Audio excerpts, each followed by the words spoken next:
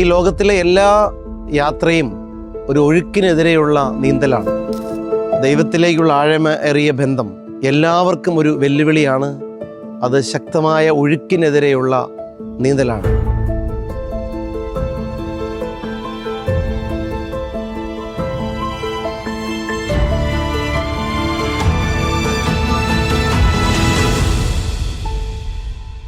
ഈ അടുത്തൊരു ചെറുപ്പക്കാരനുമായിട്ട് സംസാരിച്ചുകൊണ്ടിരിക്കുന്ന സമയത്ത് ഞാൻ അവനോട് പറഞ്ഞൊരു കാര്യമുണ്ട്.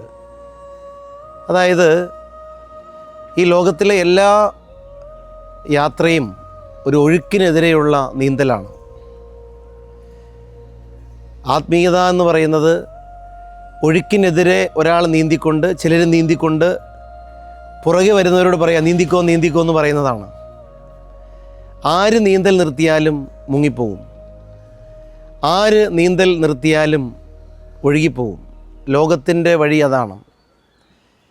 എനിക്ക് തോന്നുന്നു നന്മയിലേക്കുള്ള, കൃപയിലേക്കുള്ള, ദൈവത്തിലേക്കുള്ള യാത്രകളെല്ലാം ശക്തമായ ഒരു ഒഴുക്കിനെതിരെയുള്ള നീന്തലാണ്. ഈ ലോകത്തുള്ള എല്ലാവരും, പ്രസംഗം പറയുന്നവരും പഠിപ്പിക്കുന്നവരും ഈ ലോകത്ത് ജീവിക്കുന്ന എല്ലാവരും ഒഴുക്കിനെതിരെ നീന്തിക്കൊണ്ട് പറയാ നിങ്ങളും പുറകെ കൂടെ നീന്തിക്കോ എന്ന് പറയാണ്.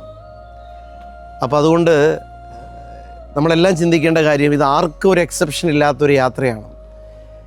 നമ്മൾ എന്ന് ഈ പരിശ്രമം അവസാനിപ്പിക്കുന്നുവോ, എന്ന് ജീവിതത്തിൽ ശ്രദ്ധ കുറയുന്നുവോ, മുങ്ങിപ്പോകും, ഒഴുകിപ്പോകും. അതുകൊണ്ട് എനിക്ക് തോന്നുന്നു വിശുദ്ധിയിലേക്കുള്ള വിളി, ദൈവത്തിലേക്കുള്ള ആഴമേറിയ ബന്ധം എല്ലാവർക്കും ഒരു വെല്ലുവിളിയാണ്. അത് ശക്തമായ ഒഴുക്കിനെതിരെയുള്ള നീന്തലാണ്. വിശുദ്ധനാകുന്ന കാർലോ അക്കുട്ടീസിൻ്റെ പ്രത്യേക മാധ്യസ്ഥം നമുക്ക് യാചിക്കാം.